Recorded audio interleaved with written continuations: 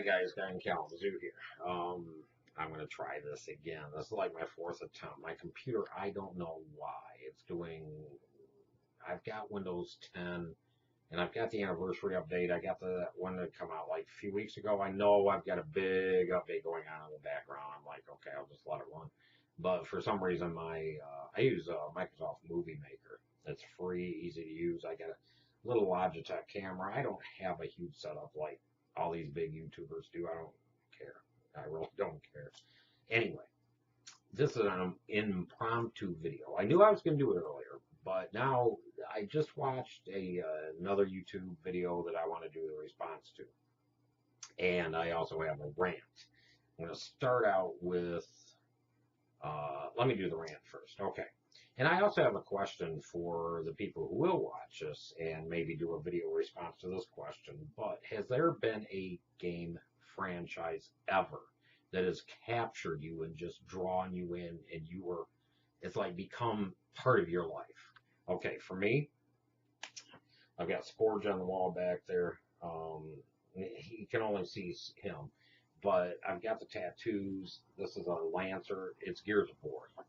Gears of War I've read all the books. I've immersed myself in that universe that Cliffy B created, I don't know how many, 12 years ago, I think, somewhere around there. But I've got all the books, everything. And I guess my question for you guys is, has there been a franchise that just captured you and just brought you in? And for me, it was that. I've got my very, very first tattoo. I won't show that to you. It's actually on my right calf. Was a Crimson Omen tattoo. Let me move this camera just down. Okay. But it was a Crimson Omen tattoo, and the very first tattoo I ever got. And then I got this, the Lancer, and I was going to do, and I still would like, I want to do a sleeve with Marcus and Dom and all that. Okay.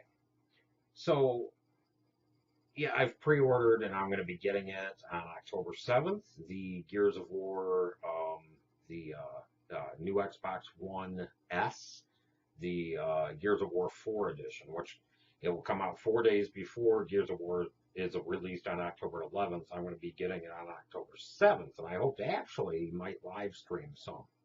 I'll see how that goes. So anyway, and I think I've said this in my update video that I pre-ordered it. I'm going to get it on October 7th. Everything's good. Everything's, I'm happy with all that. So anyway, today I got, okay, the last couple days, IGN's been doing some preview play, and they showed a new enemy the other day. And it happened to be these like robots. And everybody's like, what the fuck is this? They're introducing like a sci-fi element to the universe. I'm like, I don't know.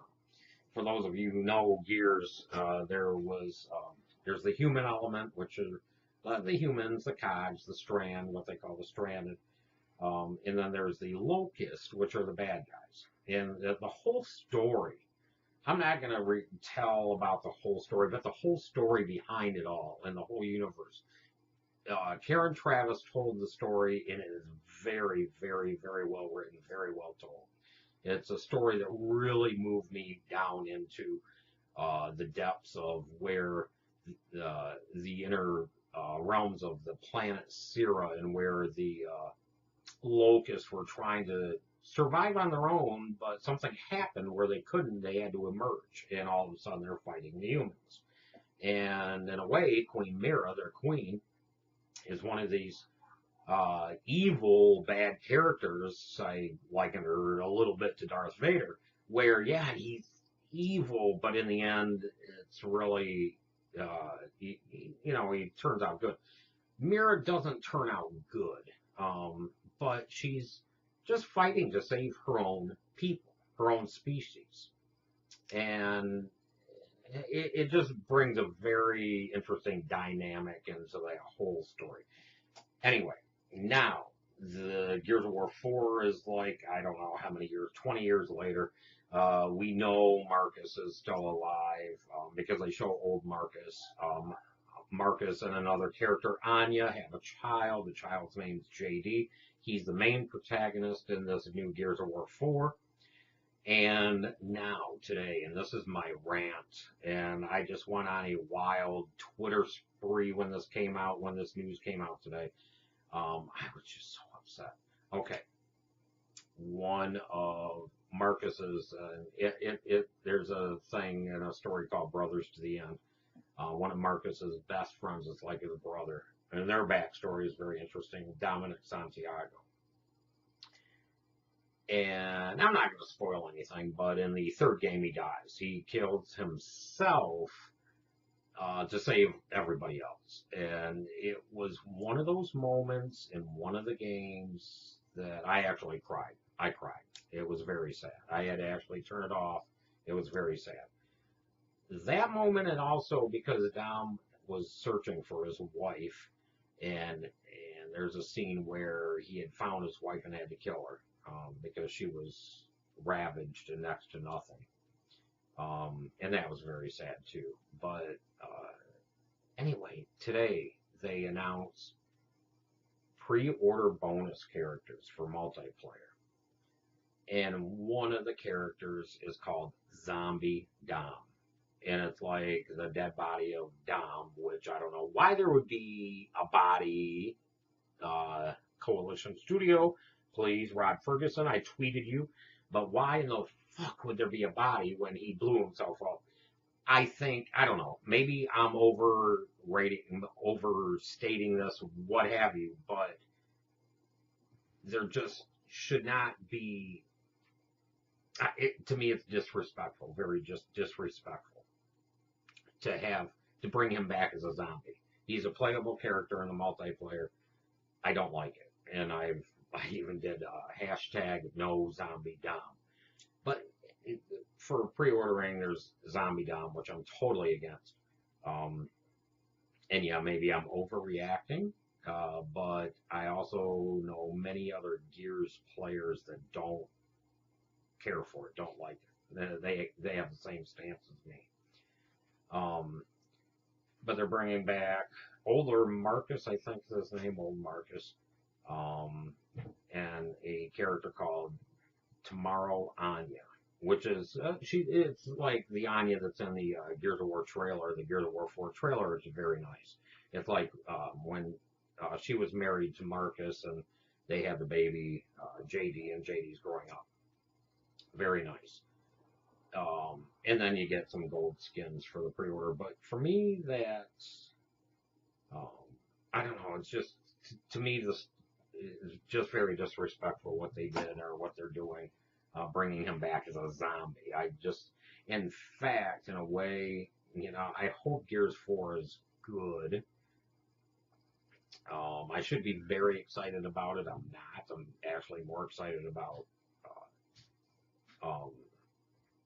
Titanfall 2 is coming. I'm actually a little bit more excited about that than I am the Gears. So, Kaya, my puppy.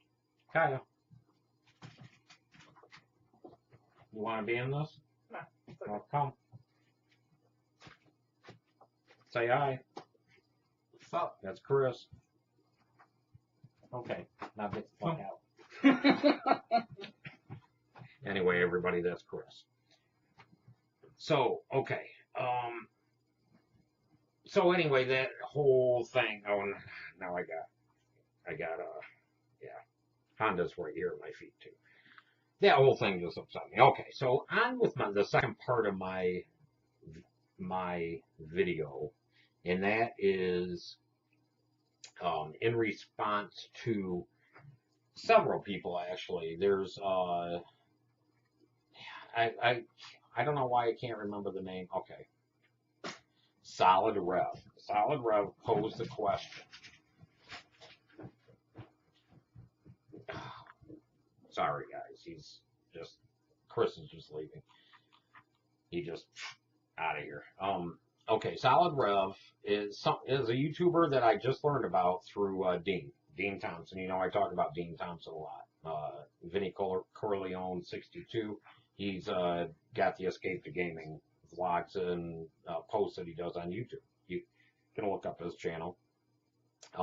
He did a video response to Solid Rev VR. And Solid Rev's nobody I'd heard of. He's got like going on about 40,000 subs, I think.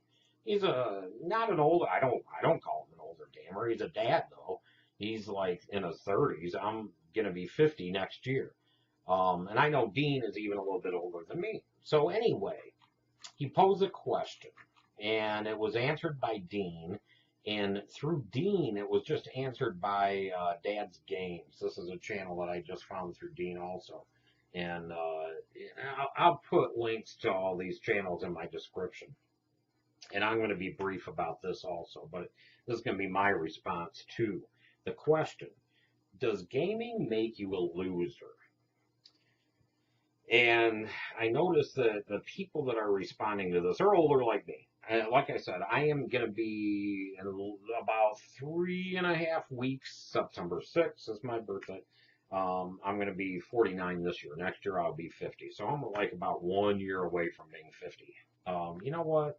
About games,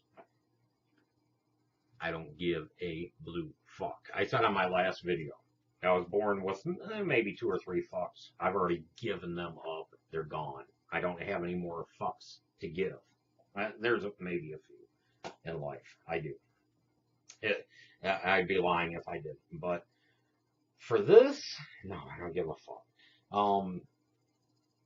Does it make me a loser? People might look at me, you know, I watch Dad's Games response. It's about 10 minutes long, a little bit more than 10 minutes. But everything that he says is just genius with his. I also like Dean's response too. Dad's Games, though, I agree with everything he says. He says it's pretty much fear of not knowing, you know, and it's not just are you a loser because of games. He had mentioned golfing. So your money and time can be better spent not playing games, doing something else, okay? Golfers. Your money and time can be spent doing something else too. I think that sport is very boring. I know you're spending hundreds of dollars, if not thousands of dollars on it. Yeah, it's relaxing to you. Guess what?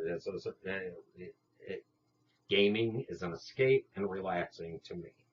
I saw a T-shirt the other day that said if we didn't have gaming, I'd be a murderer. It's a joke. Yes, okay. You know what? I don't want to start like the Donald Trump thing of the Second Amendment, but the whole shirt's a joke, and I understood where it was coming from. If we didn't have games, I would go nuts. Okay, here's my brief, quick story about gaming, though. And this is why I tell younger people, and not even younger people, people even my age, if you have a dream, a goal, something in life you want to get done, take the risk and do it.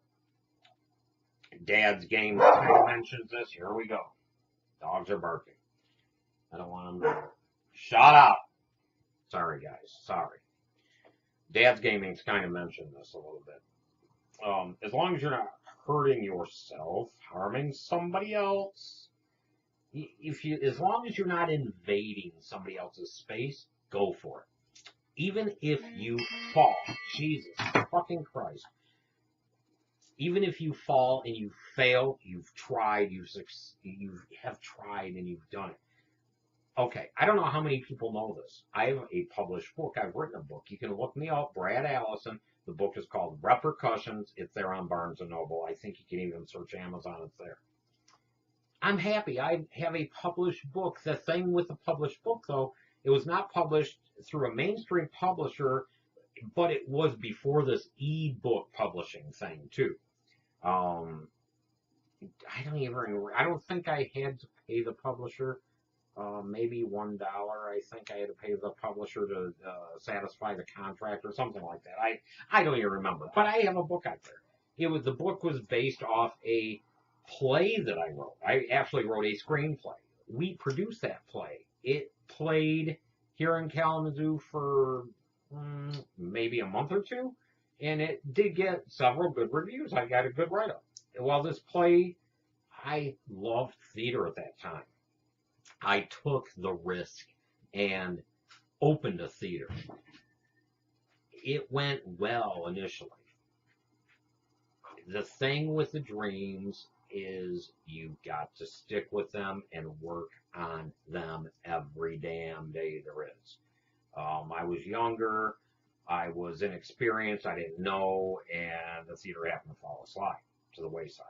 And now actually the theater spot that we had rented and used at the time is becoming a craft brewery, which is looks very, very, very nice. We have a lot of craft breweries around here. I'm not a drinker, but I do tend to when I do drink beer, it's not domestic craft. It's craft brews. Anyway, okay, I want to. I'm giving myself 5 more minutes for this, and I'm done. Um, the oh, okay, on with the story about these being a loser when it comes to games. And I think maybe I've told the story before, maybe not. But back in high school, I was becoming the programmer, and my dad was in programming. He was learning or he knew RPG. He was worked for a company called Eaton here in town. Um, excuse me. And I kind of followed in his footsteps. And we all of a sudden had a new class. I think it was a junior in high school. We had a new class called Basic Programming. And I was like, ooh, yeah, I needed an elective, and I'm like, okay, this will satisfy a science credit. So I think it might have satisfied a math credit. I can't remember, but I went ahead and took it, and I loved it. I loved it. I loved the programming. I loved the logic, the flow, all of it. And I also love taking, to me, okay, here's this. I just finished this game, by the way, Song of the Deep. When this started, this game, it was as white at the back of this phone. There was nothing. It was a blank. It was just, a blank. I don't know. I don't have paper. It was just a blank sheet of paper. Somebody took code, programming code, and variables and procedures and functions and all of that programming lingo, put it together, made a story, and when you hit run, it created this game. I love that. I love being able to sit down and just type out some code. And that's the thing is you have to understand and learn how to write code. And there's several languages that you can write in, which I know Visual Basic, because I started with Basic, is my mainstay. That's my expert language that I go to all the time. Also C Sharp. A lot of these games are written in C++, C Sharp, because it's more of a structured language than Visual Basic, although I still, even today, when I write at work, it's Visual Basic. Okay, so however, back then, it was in the 80s. I was learning Visual Basic. We had a Texas Instruments at home that played games. I was able to write BASIC on it. I even wrote a game based on Dynasty. I think in one of my vlogs before I've told this story. But Dynasty was my show. It still was my number one show of all time with Alexis and Blake and Crystal. And it was a game. I did not know I did not know anything about physics. I was in the band. I knew how to play the cornet. So I knew basic. I could read music. I sat down and I on our piano and I played and found out the notes for the Dynasty theme. And Texas Instruments had a program that you could write the music, and I did. So I included the music with the game, and I remember the game was an 8-bit game, and it had blocky little characters, and it showed Dynasty, and it pulled down the D, the Y, the M, just like the TV show. Anyway, my point is, and I got pretty much a cease and desist letter from ABC saying gaming rights are not available. So, okay, whatever. And I was a child, not a child at the time, but I was like about 15 or 16. I wish I had the code today for that. It's on a cassette tape somewhere. I don't know where. I wish I could find it. I'm trying to hurry along because, yeah, I don't want this vlog to go too long. So anyway, my video response to this doesn't make me a loser. My parents at the time, my mother and my stepfather at the time, And this was also the time that Atari would come out, and yeah, we were gaming a lot. Mario, we would fight over Duck Hunt, and I never did get a Commodore 64, but the Texas Instruments, the games on there, the Nintendo, all of that gaming was, and then of course the parents, and I hear this from all of these responses. The parents are like, "Oh, you got to get outside and get their sports and go, you know, this is just nothing, and this is a waste of your time. And you better use some blah blah blah." Okay, so my lot in life, especially with the rejection letter from ABC, was like, you know what? I want to continue to learn this, and I'm actually going to go to college and learn this too, which I did, but I'm not going to go the way of the gaming. I'm going to just do business applications, which I'm doing today. Can you imagine if I would have stuck with that? If I would have went with my heart and said, you know what? There's something to this gaming industry, and I want to stick with it. If I would have followed those dreams, where I don't know where I'd be today. Maybe sitting right here, just like I am now. I don't know. I don't know. But I didn't take that avenue because people viewed, and not just my parents, but other peers also. Peers were like, it's just a fad. It's not an industry you want to get into, and you're a loser for spending your time doing that. And you know what? I should have never ever listened to those people. Never. So, does gaming make you a loser? My answer is no. Absolutely not. And my response to those who have children and think, 20 years from now, are the kids going to look back at my YouTube or my gaming and say, look at my foolish father?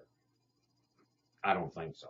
I don't think so at all, because you're teaching them values. You're teaching them, you know what, you're doing what you love, and you're communicating out to those other people that love to hear your content. It's a very positive thing. It's not a negative thing. Gaming, also gaming to me is an art form. It's not a waste of time. It is like Dad's game said. It's a form of living in that movie.